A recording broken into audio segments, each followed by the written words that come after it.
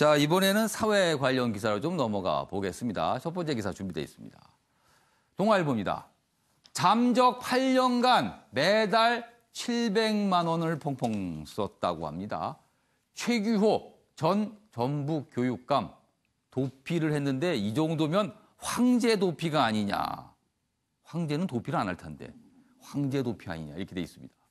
아파트 3곳 살며 명퇴교수 행세를 했고 골프, 댄스 등 다양한 동호회 활동. 도피 중에 댄스는 이게 뭐가 좀 잘 안 맞아 보이기도 하네요. 억대 주식 투자하고 쌍꺼풀 수술도 받았다. 이런 얘기가 나오고 있습니다. 최창혁 교수님, 이분은 이게 도피입니까? 아니면 즐기고 다니는 겁니까? 8년 동안. 근데 저렇게 8년이 8개월도 아니고 거의 10년 가까운 세월을 저런 생활이 가능할지 모르겠어요. 저는 뭐 수사 전문가는 아닙니다만 저 동생이 도와줬다는 거 아니에요? 저 기사에 나오는데 뭐 최규성 전 한국농어촌 공사 사장이 뭐 이런 것들을 뭐 도와줬다는 건데 저게 어떻게 가능한지 모르겠어요. 그리고 그동안 어떻게 저런 돈은 어디서 나왔으면 그러니까 자금의 출처라든지 저걸 누가 도와줬는지 아까 동생 얘기는 잠깐 나왔습니다만 이런 것들을 수사기관이 정확히 좀 볼 필요가 있을 것 같아요. 이런 오랜 시간 동안 이렇게 다녔는데 검거가 안 된 것도 이상합니다. 그러니까 도저히 이해가 안 가는 상황이죠. 저 부분이. 변환봉 변호사. 법조계에서는 이걸 어떻게 좀 보고 계세요? 이 상황을.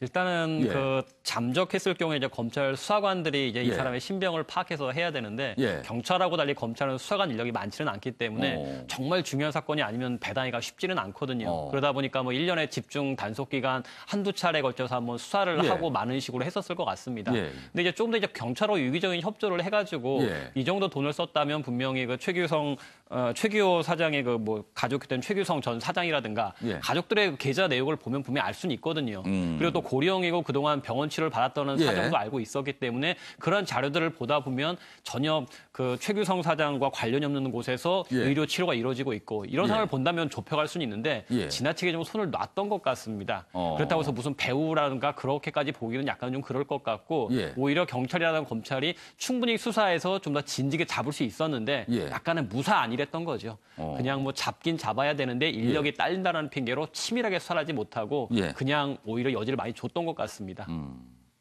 자, 이번에는요, 이른바 땅콩 회항 관련 뭐 법원의 판단이 있었습니다. 그 내용으로 좀 넘어가 보겠습니다.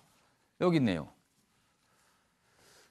대한항공 땅콩 회항 박창진 사무장 2천만 원 배상하라. 이렇게 대한항공에 판결을 내렸습니다. 법원 인사불이익 인정 일부 승소 판결. 그러나 조연화 배상 책임 강등 무효 소송은 기각을 했습니다. 자, 변환봉 변호사, 이건 어떻게 된 내용인지 좀 자세히 좀 소개해 주시죠. 지금 앵커께서 말씀하셨던 것처럼 박창진 전 사무장이 총 3가지 소송을 진행을 했었습니다.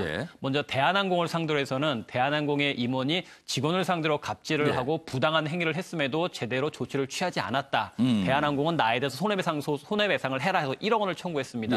그리고 법원에서도 이 정도라면 대한항공이 임원에 대해서 충분히 주의를 주거나 임원에 대한 교육을 충분히 했어야 되는데 그렇지 못했기 때문에 이런 일이 발생을 했다. 대한항공은 그 사용자로서 그 조연화 사장의 사용자로서 제대로 임원들을 관리하지 못한 책임을 물어서 위자료로 2천만 원을 인정을 해줬던 겁니다.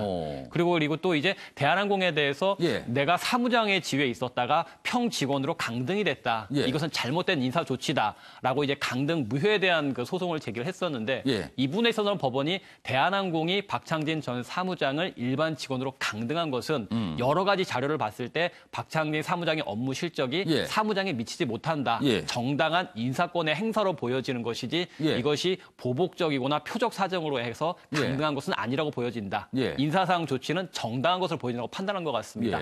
아마도 이제 박창진 전 사무장이 소송 관련해서 이제 제대로 근무 시간에 좀 제대로 다 일을 채우지 못했다거나 아니면 업무 중에 여러 가지 문제가 있어서 그런 걸 인사고과를 반영을 하다 보니까 그것 때문에 평 직원으로 강등된 것은 정당하다고 보여진다고 판단을 한 것 같습니다.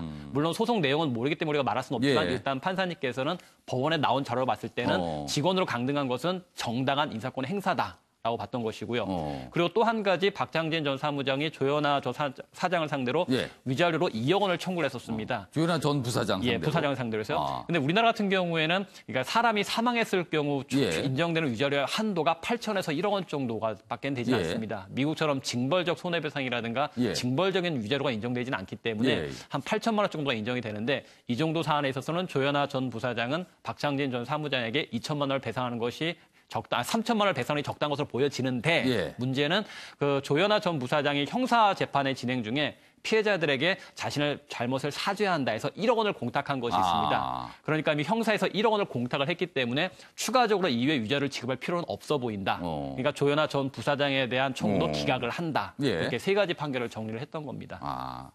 일단은 대한항공이 2천만 원을 배상하라. 그 부분은 좀 확정된 건데 나머지 부분은 좀 법원에서 받아들이지 않았다. 이런 내용이네요. 법적인 내용이 약간 복잡하긴 하지만 어느 정도 좀 뭐 매듭은 지어지는 상황으로 가고 있는 것 같습니다.